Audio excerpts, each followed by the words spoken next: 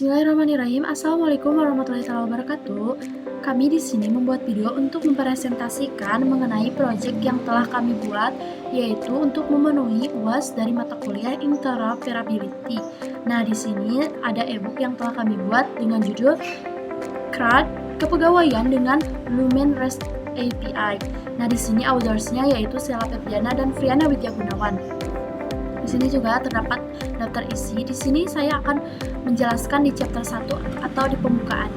Nah, web service untuk sistem pegawai merupakan antarmuka pemrograman aplikasi API yang dapat digunakan program dan sistem lain untuk berinteraksi dengan data dan fungsionalitas yang terkait dengan pegawai atau pegawai pemerintah.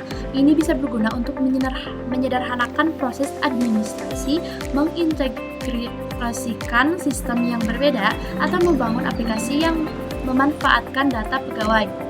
RESTful API atau REST API merupakan interface, sedangkan REST Representational State Transfer adalah sebuah arsitektur metode komunikasi yang menggunakan protokol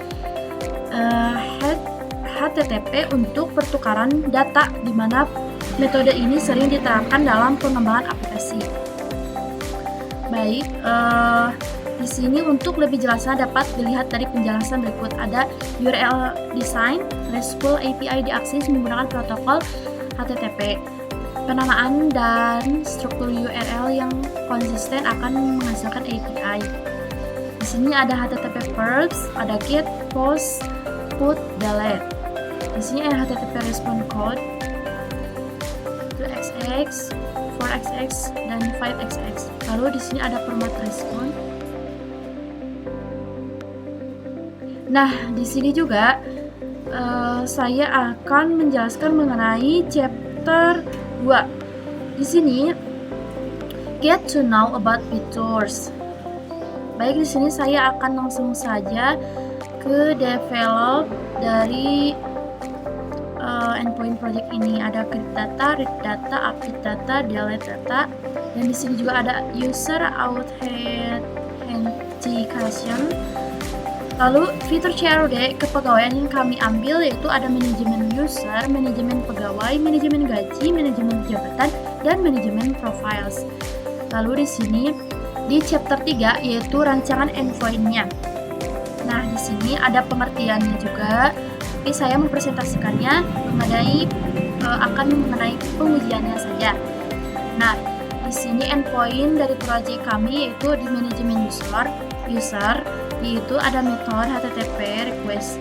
Di sini ada post, yaitu post untuk apa endpoint-nya, untuk register, di mana ini HTTP-nya, lalu description-nya yaitu untuk mendaftar sebagai user.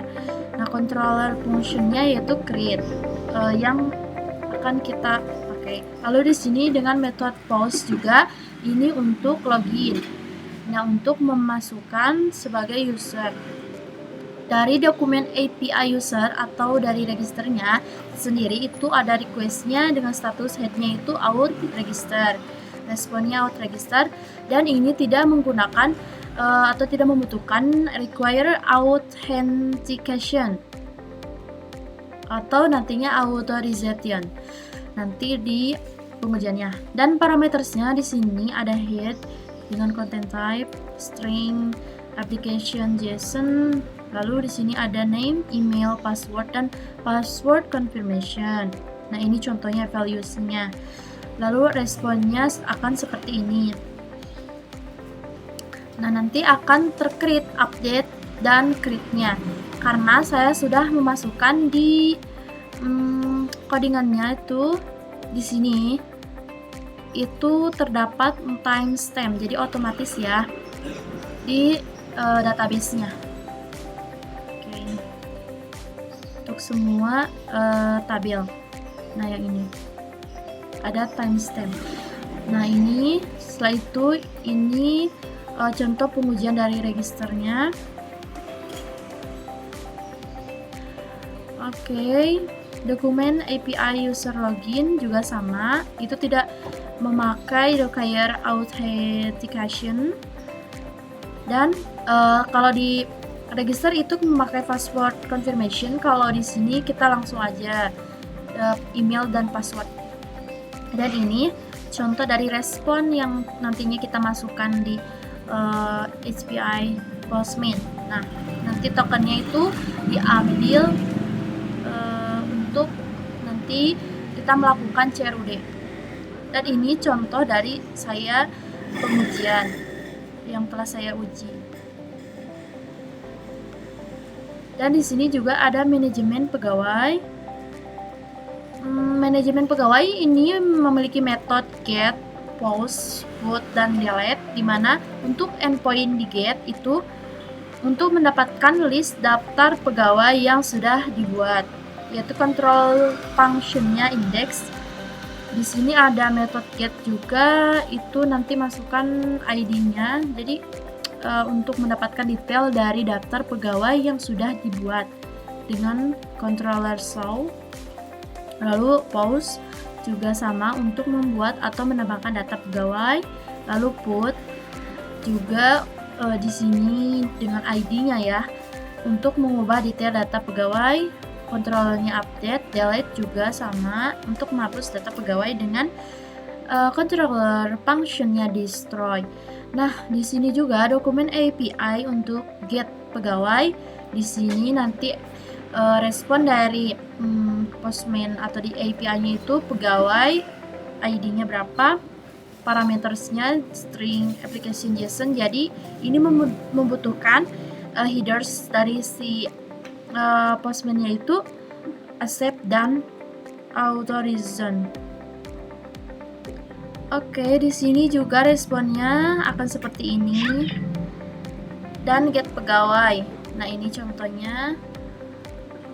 Lalu untuk dokumen post dari pegawai, request-nya dengan respon pegawai karena untuk meng-create ya. Dan di sini juga membutuhkan authentication atau authorization.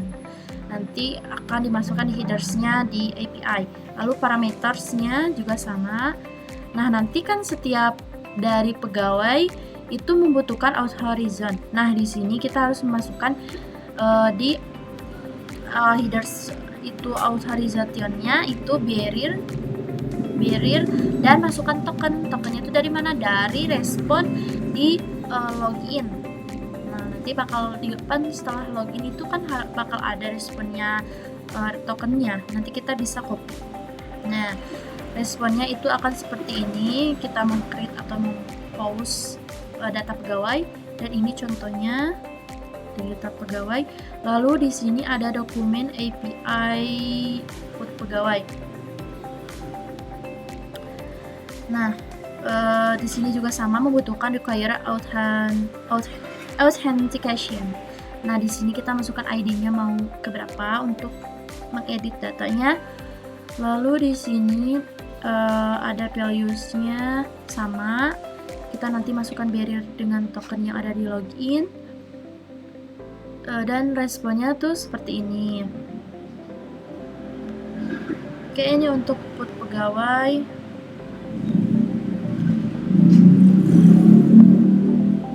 Ini untuk delete pegawai dengan head pegawai, ID-nya 3. Ini bebas ya ID-nya. Nah, ini untuk require authentication-nya itu membutuhkan nanti sama, membutuhkan authorization di headers-nya dengan memasukkan barrier dan token yang ada di login. Ini juga menggunakan accept dengan nama values-nya application atau JSON. Nah, ini respon yang akan dikeluarkan dari delete pegawai berhasil. Nah, ini contohnya. Oke, di sini untuk manajemen gaji. Nah, di sini dengan metode HTTP-nya ada get, pause, put, delete. Endpoint-nya juga sama ya, tinggal ganti aja ininya datanya apa. Lalu di sini description untuk get untuk mendapatkan list daftar gaji yang sudah dibuat. Kalau dengan kita ID-nya yaitu untuk mendapatkan detail dari daftar gaji yang sudah dibuat. Sama ya controller function-nya. Untuk post juga untuk membuat atau menambahkan data gaji. Nah, untuk di put kita juga memasukkan ID untuk mengubah detail data gaji. Nah, di sini untuk menghapus data gaji juga di delete. Nah, di sini contoh dari get gaji ini contohnya. Dan ini responnya akan seperti ini. Lalu di sini untuk dokumen API post gaji, di sini untuk mengklik data gaji, ini request-nya yaitu statusnya gaji dengan ID-nya mau berapa, lalu membutuhkan require authentication. Nah, jadi di parametersnya yaitu kita masukkan di headers-nya accept dan authorization.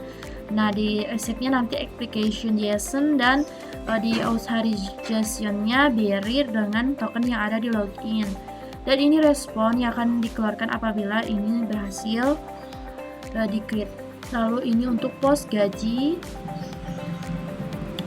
Nah, ini ya, nanti di headers-nya itu akan ada kita masukkan untuk key accept dan authorization. Lalu di sini untuk dokumentasi API put gaji dengan request-nya sama, ID, masukkan ID, lalu membutuhkan require authentication. Dan di sini juga parametersnya di accept sama di authorization-nya BRIR dan token. Dan ini contoh respon dari put gaji. Nah, ini contohnya. Lalu di sini untuk dokumentasi API delete gaji, delete juga sama ya. Ini responnya, lalu ini contohnya. Lalu di sini kita akan menjelaskan di manajemen jabatan. Kurang lebih sama dengan metode get, post, put, dan delete.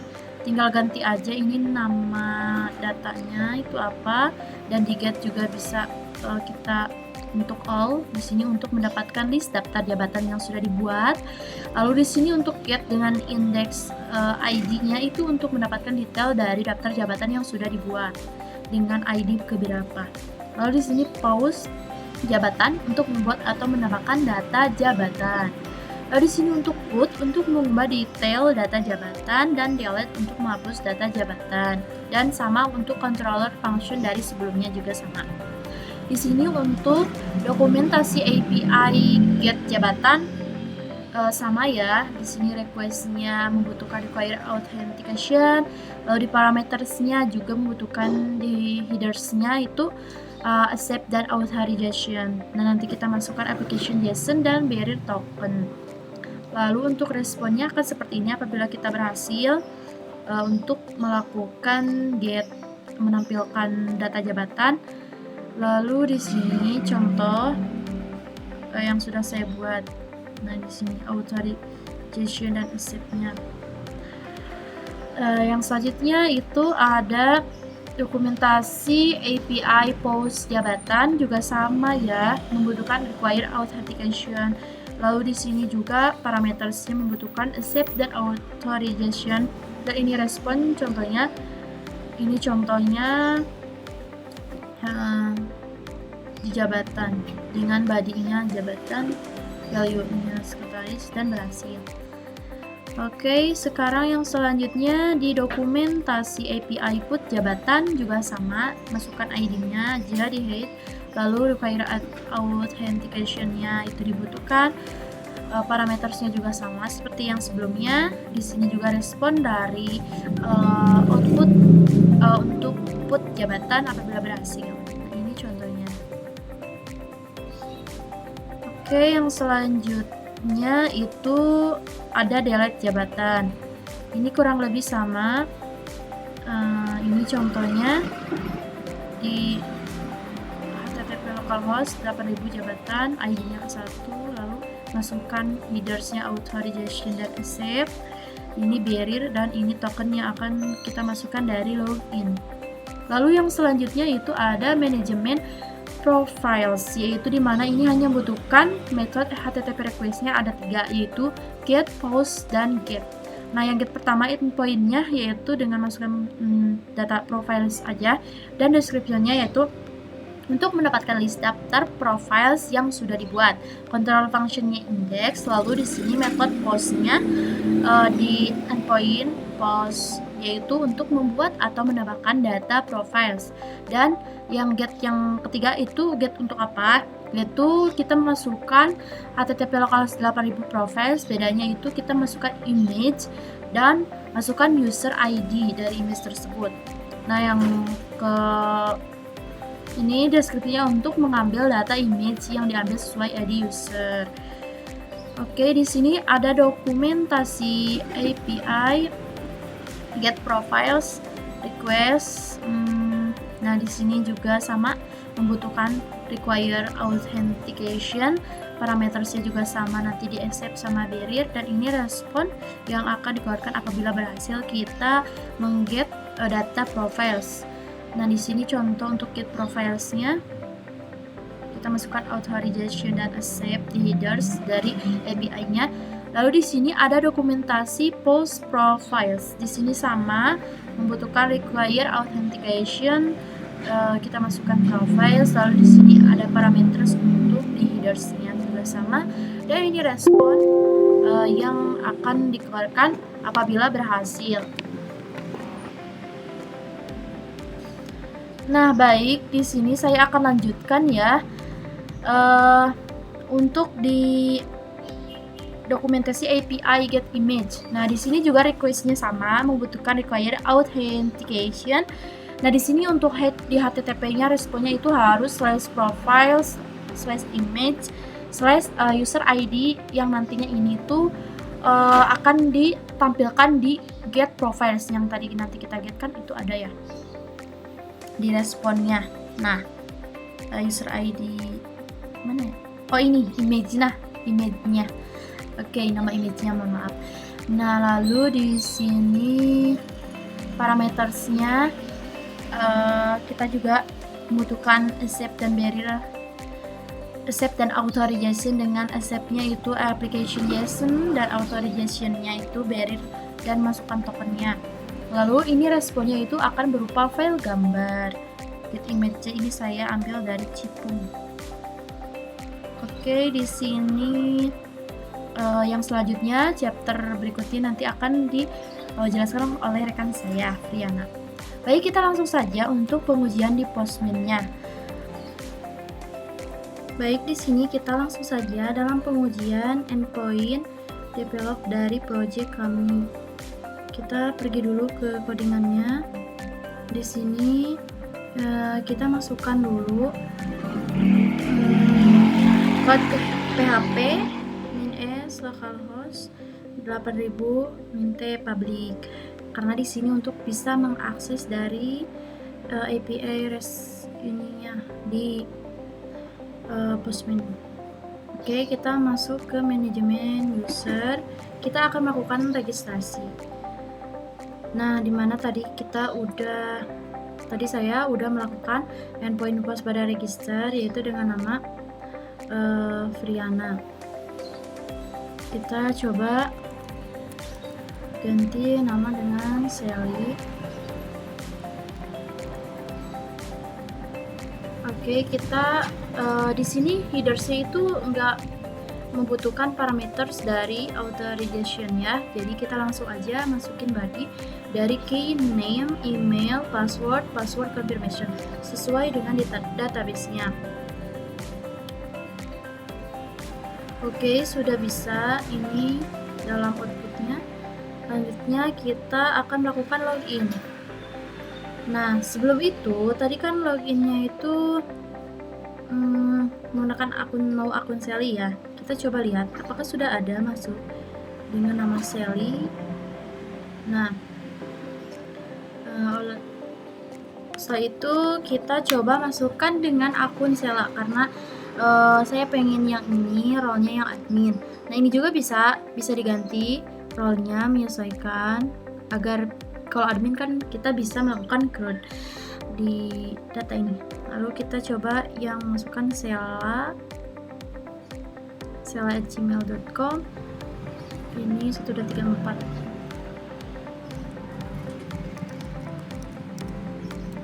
Sela. Kita kita send. Lalu kita akan dimunculkan atau ditampilkan dari outputnya token type, dan expires. Nah, token ini nanti kita akan di copy atau di paste ke dalam setiap kita melakukan endpoint pada CRUD datanya. Oke, kita copy dulu ya untuk nantinya kita melakukan pengelolaan data CRUD.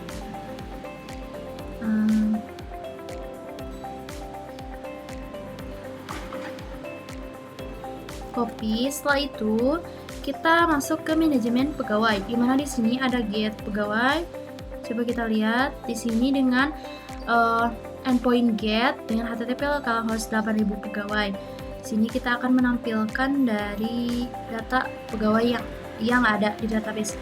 Nah, sebelum itu kita kebetulan dalam manajemen pegawai, jabatan, dan gaji itu semua dalam melakukan CRUD-nya itu harus menambahkan atau dibutuhkannya headers authorization, dimana key-nya itu parameters ada authorization dan accept, dan di value authorization-nya itu bearer dengan nama token yang tadi, karena expire-nya tadi di post login. Coba kita lihat dulu tampilannya. Ini expire-nya 3600, dimana kita hanya bisa mengakses dalam waktu 1 jam ya.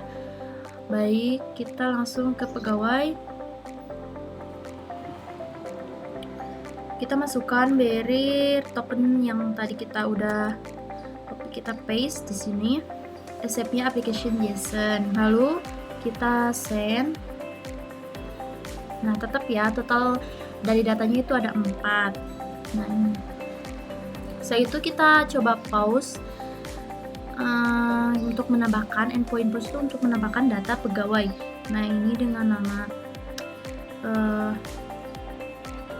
HTTP-nya. Lalu di sini dibutuhkannya authorization, parameter authorization accept. Nah, ini juga sama, kita ganti dulu di value authorization-nya. Kita paste di sini, lalu kita pergi ke body. Di sini kita memasukkan body dari form data dengan key yang sesuaikan dengan data atau kolom pegawainya. Ada apa aja? Di sini ada NIP, nama pegawai, alamat, jenis kelamin, jabatan, ID. Dengan value-nya bebas ya. Oke, ini saya masukkan nama Priana, alamat Cililin, perempuan. Kita send. Nah, sudah ada ya outputnya itu udah berhasil dengan data yang sudah dimasukkan. Dengan ID-nya 8. Oke, di sini kita dengan endpoint put pegawai, di mana kita itu bisa melakukan edit update dari data yang mau kita tentukan. Di sini tadi kan Priana 8. Oke, kita masukkan ID-nya itu 8. Di sini membutuhkan juga parameters authorization dan accept. Ini sesuaikan lagi value dari tokennya, kita paste di sini. Lalu di body kita masukkan key yang sesuai juga yang tadi, NIP, nama pegawai, alamat. Coba di sini kita ganti Priana menjadi Priana Widya. Nah, tadi kan alamatnya itu Cililin, kita ubah jadi Banten. Nah, jadi yang berubah itu ini NIP, nama dan alamat. Oke, kita send. Nah, alhamdulillah ini outputnya sudah berhasil ya. Dimana yang tadi nama Priana aja itu menjadi Priana Widya dan alamatnya dari Cililin menjadi Banten. Oke, selanjutnya kita coba delete ya. Di endpoint delete di sini tentunya kita dapat menghapus data pegawai. Dimana di sini HTTP request-nya itu kita harus masukkan ID ke berapa yang mau kita hapus. Coba kita ID ke 8 tadi atau yang Priana. Kita lihat dulu di sini hanya membutuhkan headers, parameters authorization-nya, accept-nya. Nah, kita ganti lagi ini tokennya. Oke, kita send. Nah, message dari successful, pegawai ID yang ke-8. Coba kita lihat apakah benar yang nama Priana di datanya itu sudah tidak ada. Kita refresh dulu di database-nya.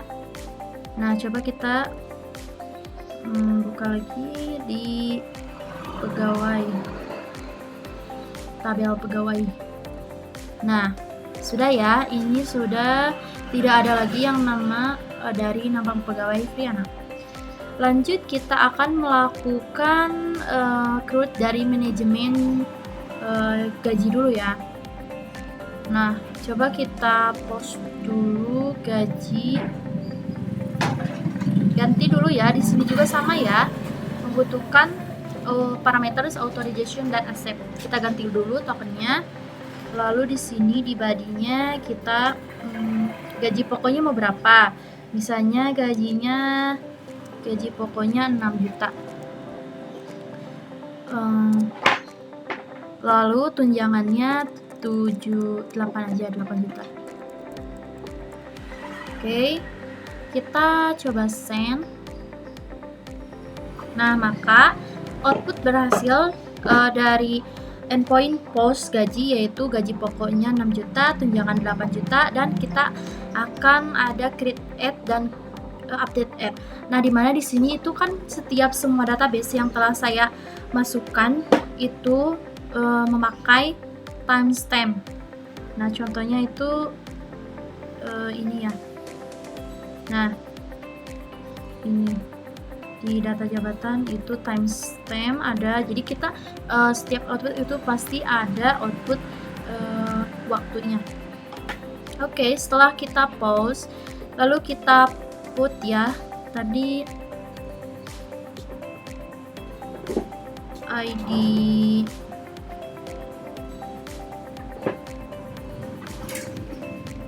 nah ini ID 2. Coba kita lihat di database-nya apakah sudah masuk. Mana tadi? Ini ya, database-nya itu di gaji. Nah, ini udah masuk ya, 6 juta gaji pokoknya, tunjangan yang 8 juta. Oke, kita langsung aja kita put, kita ganti dari ID kedua ya, udah benar. Nah, di sini kita juga memakai parameters dari authorization. Jadi kita harus ganti tokennya karena yang ini udah expired. Oke, kita pergi ke body. Setelah itu kita ganti ininya ya. Coba kita pakai RP, kan tadi enggak ya? Kita coba pakai RP. Atau ganti juga ini 2 juta. Boleh 2 juta, ininya 5 juta. Setelah itu kita send. Nah, maka output berhasilnya yaitu sudah terupdate gaji pokok dan tunjangannya. Lalu setelah itu kita coba delete endpoint delete gaji. Kita lihat di database apakah sudah terupdate. Nah, ini sudah terupdate ya. Oke, langsung aja kita coba hapus ID 1 ya.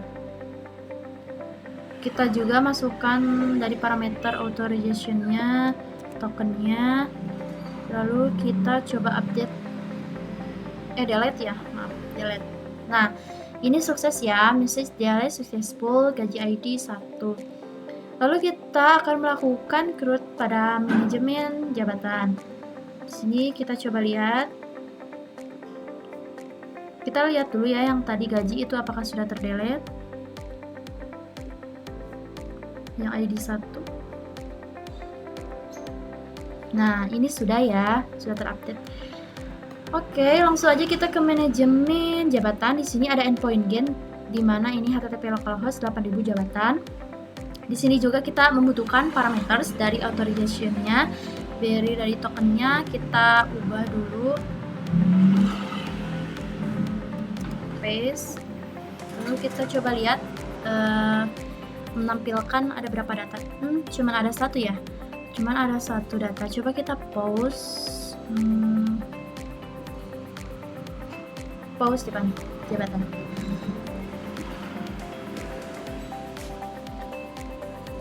Nah, di endpoint post ini kita masukkan http localhost 8000/jabatan.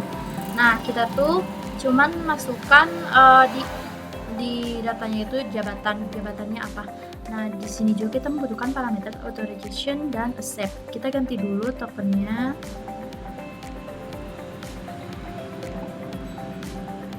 Paste. Kembali lagi.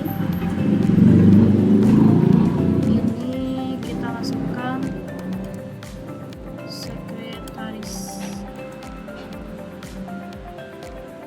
Coba kita send. Nah, maka output berhasilnya yaitu jabatan sekretaris dan ada timestamp ID 2. Lalu kita put ID 2 lagi ya, kita akan update.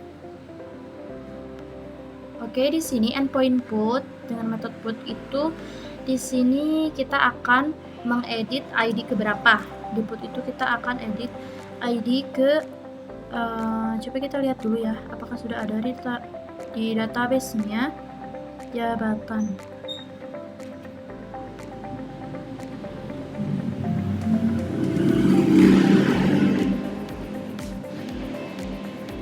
Nah, ini udah ada yang sekretaris ya. Kita coba akan edit di ID 1 yang marketing. Nah, kita ubah value-nya mau apa. Kita analis aja ya. Coba kita send. Oh iya, authorization-nya udah diganti kan tadi. Ini juga sama ya, harus diganti. Nah, belum. Oke, kita langsung send. Nah, maka output berhasilnya yaitu ID jabatan analis dan timestamp-nya. Lalu di sini coba kita delete. Kita akan delete ID ke coba apakah sudah terupdate menjadi analis. Nah, ini sudah berhasil ya. Coba kita akan ganti ID, kita akan hapus ID kedua yang sekretaris. Nah, kita juga ganti dulu ya token dari authorization-nya. Nah, oke, baik, kita send. Message ya successful. Berarti itu sudah berhasil. Coba kita lihat di database-nya. Nah, ini sudah bisa ya, udah betul, udah berhasil. Oke, langsung aja kita ke manajemen. Baik, saya lanjutkan lagi. Di pengujian Postman pada profiles itu ternyata ada yang kurang ya di database-nya. Di sini tadi saya sudah mencoba di manajemen profiles itu dengan endpoint get http localhost 8000 profiles. Di sini kita membutuhkan juga parameter authorization dan accept. Kita ubah dulu ya, si value-nya itu udah saya ubah tadi tokennya. Nah, saya itu ini ada satu ya. Coba kita mau post profiles-nya. Tadi ini juga ganti dulu tokennya. Lalu kita ke body, kita akan menambahkan data yang namanya Friana Widya. Ini adalah akun user. Oke, kita coba send.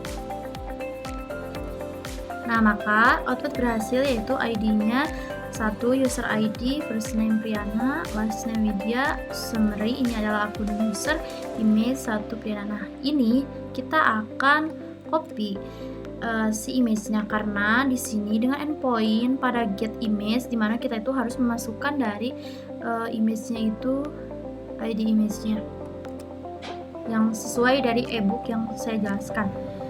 Oke, authorization-nya kita ganti dulu. Nah, ini hanya membutuhkan authorization ya. Kalau accept itu enggak perlu. Nah, maka tampilan dari output ini berhasil dari file yang Friana Widya itu yaitu Cipung dengan gambar ini. Baik, saya akan lanjutkan kepada rekan saya untuk menjelaskan dari chapter selanjutnya. Terima kasih. Wassalamualaikum warahmatullahi wabarakatuh. Chapter keempat, Rancangan database atau ERD. ERD atau Entity Relationship Diagram merupakan suatu diagram yang menunjukkan informasi yang dibuat, disimpan, dan digunakan dalam sistem bisnis atau sistem lainnya untuk memperlihatkan hubungan atau relasi antar entitas atau objek yang terlihat beserta atributnya. Sederhananya, Entity Relationship Diagram adalah salah satu jenis diagram yang sifatnya lebih struktural dan bisa digunakan untuk dimanfaatkan dalam suatu desain pada suatu database ataupun pada sebuah bisnis plan. Selain itu, terdapat banyak sekali komponen yang menjadikan entity relationship diagram seperti konektor dan juga simbol yang berbeda-beda. Nantinya, komponen ini akan melakukan visualisasi pada dua informasi yang dianggap penting. Informasi pertama adalah entitas utama yang terdapat di dalam ruang lingkup suatu sistem. Sedangkan untuk informasi kedua adalah hubungan yang terdapat di berbagai entitas itu sendiri. ERD juga memiliki beberapa fungsi utama. Yang pertama, memberikan kemudahan dalam menganalisis sebuah basis data atau database dengan cara yang tepat dan relatif murah. Yang kedua, menjalankan hubungan antar data yang memiliki keterkaitan berdasarkan objek yang dihubungkan dengan suatu relasi. Yang ketiga, mendokumentasikan data yang ada dalam sebuah basis data dengan cara menganalisis serta mengidentifikasi setiap objek atau entitas dan relasinya. Yang keempat, melakukan pengujian model yang telah dibuat.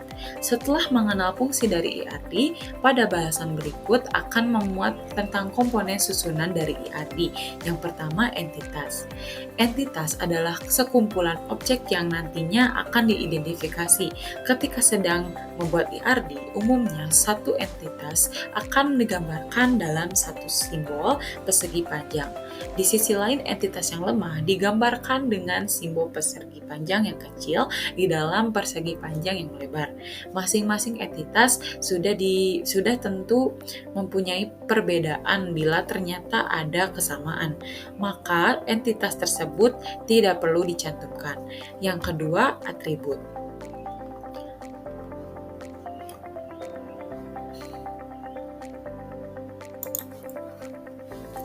Setiap entitas selalu mempunyai elemen atau atribut agar bisa menjelaskannya dengan baik.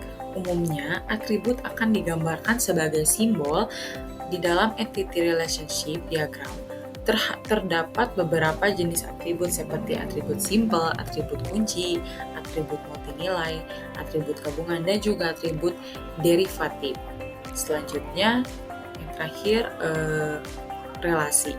Relasi ataupun hubungan adalah suatu tingkat ketertarikan pada beberapa entitas dari gabungan lainnya. Umumnya, relasi ini akan dicerminkan dalam simbol berbentuk belah ketupat. Di dalam entity relationship diagram, relasi ini akan dibagi menjadi beberapa jenis, seperti one-to-one, one-to-many, dan many-to-many. Ini contoh diagram yang telah dikembangkan oleh kelompok kami. Di sini terdapat beberapa entitas ya tentang kepegawaian, sistem kepegawaian. Ada entitas user, ada entitas kepegawaian, ada entitas profiles, ada entitas gaji, dan entitas jabatan. Di dalam entitas user terdapat atribut email, ID user, password, nama, dan mempunyai relationship yang berbelah ketupat user sebagai pegawai. Di entitas pegawai terdapat beberapa atribut, yaitu NIP, lalu nama pegawai, alamat, jenis kelamin, lalu pegawai. Entitas pegawai memiliki relationship ke entitas jabatan. Pegawai memiliki jabatan di dalam atribut. Di dalam entitas jabatan terdapat atribut jabatan dan ID jabatan. Lalu pegawai memiliki gaji. Di dalam entitas gaji terdapat atribut ID gaji, gaji pokok, dan tunjangan. Lalu user memiliki profiles. Di dalam entitas profiles terdapat atribut first name, ID user, last name, image, dan summary. Selanjutnya, kesimpulan. Bagian 5, kesimpulan. Dengan menggunakan REST API pada web service, kami tujuannya untuk menjadikan sistem memiliki performa yang baik, cepat, dan mudah untuk dikembangkan, terutama dalam pertukaran dan komunikasi data. Permintaan ke API bisa menggunakan GET untuk mengambil sumber daya, PUT untuk mengubah status atau memperbarui sumber daya yang dapat berupa objek, file, atau blok, POST untuk membuat sumber daya, dan delete untuk menghapusnya. Penamaan dan struktur URL yang konsisten akan menghasilkan API yang baik dan mudah untuk dimengerti developer. Beberapa fitur yang dibutuhkan diantaranya adalah fitur input data, fitur update data, fitur hapus data, dan juga fitur untuk menampilkan data yang telah dimasukkan sebelumnya, baik secara satu persatu maupun tampilan secara keseluruhan data. Pembuatan web service kepegawaian dengan CRUD Lumen API adalah sebuah proses yang dapat digunakan untuk menggunakan sebuah sistem informasi kepegawaian yang dapat diakses melalui jaringan internet. Proses ini terdiri dari beberapa langkah. Yang pertama, perancangan. Pada tahap ini dilakukan analisis kebutuhan sistem, perancangan database, dan perancangan arsitektur sistem. Lalu yang kedua, implementasi. Pada tahap ini dilakukan pengembangan fitur-fitur CRUD seperti create, read, update, dan delete. Lalu terakhir, pengujian. Pengujian dilakukan dengan menggunakan berbagai metode seperti unit testing, integration testing, dan sistem testing. CRUD Lumen API adalah sebuah framework yang dapat digunakan untuk membangun web service dengan mudah dan cepat. Pembuatan web service kepegawaian dan CRUD Lumen API terdiri dari beberapa langkah, yaitu perancangan, implementasi, pengujian, dan pemeliharaan. Web service kepegawaian dapat digunakan untuk memudahkan pengelolaan data kepegawaian. Selanjutnya, tentang author, saya bersama teman saya, seorang mahasiswa Politeknik DIC. Ini teman saya, partner kelompok saya, Sela Febiana, lahir di Garut 20 Februari 2003. Dan saya, Friana Widya Gunawan, lahir di Bandung 11 Februari 2003. Kami berdua sama-sama menyukai warna biru. Kami sama-sama berusia 21 tahun dan tinggi badan 160 cm. Oke. Sekian dari kami. Mohon maaf jika ada kesalahan dan kekurangan. Semoga ilmu yang kami sampaikan dapat bermanfaat. Assalamualaikum warahmatullahi wabarakatuh.